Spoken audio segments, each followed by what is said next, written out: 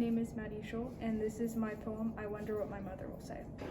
I bounced up and down on a bus seat in the middle of a grassy field.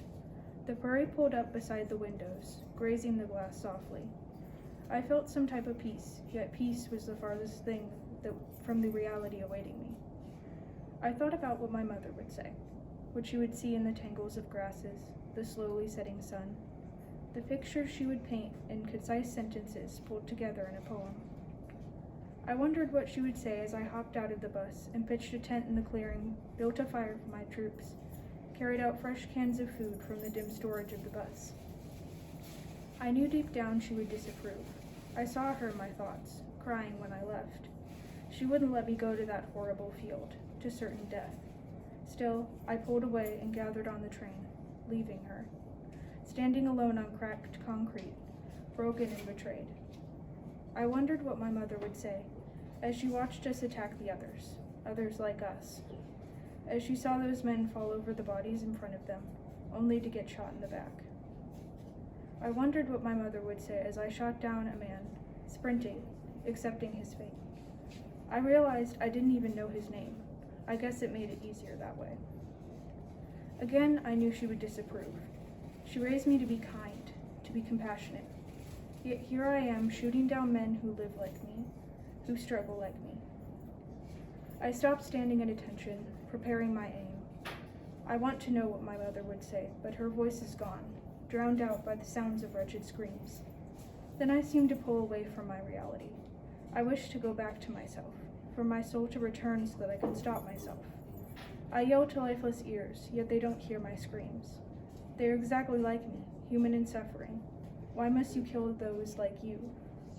Stop this madness, I yell, though I'm no longer heard. I wonder why I must kill the men who are trying to provide for themselves and others. Why? I wish to find an answer unable to be found, hiding behind forests of letters strung into words.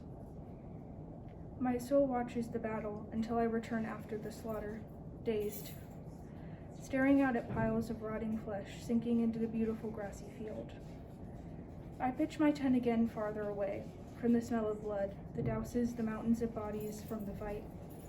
I feel lifeless. I am no longer myself. I'm those piles of men lining the prairie fields. I'm no dictator of death, so why have I chosen theirs? I don't have the right. After years and years of pain, my soul leaving my body with every gunshot, every muffled fall, I find myself on the field. The game has changed, putting me in the front lines. I think again as I run towards them in perfectly spaced lines. What will my mother say? What will my mother say? For once, I don't know. I don't know if she would disapprove. I can't hear her, see her. I run farther, faster, until a sharp pain reaches my chest and blood spills all around my uniform, like my mother's watercolors on the front of printed pages. I think one last time, what would my mother say? What would she say as I die on the ground of a grassy field, with the setting sun painting the skies orange and yellow, like the day I left, the first time I thought of her? I lay on the ground seeing the light before me, reaching, only thinking, what will my mother say? What will she say when she hears her son has died of war, the war she tried to protect him from, the war she knew they may win, but he wouldn't? And for one last time my soul leaves me, yet it isn't out of shame and fear. And once it's too late to tell her I'm sorry, to right all my wrongs, to make all the families of dead soldiers finally feel free and safe from sorrow, I feel my mother's words wrap around me, carrying me towards the light, and I know exactly what my mother will say.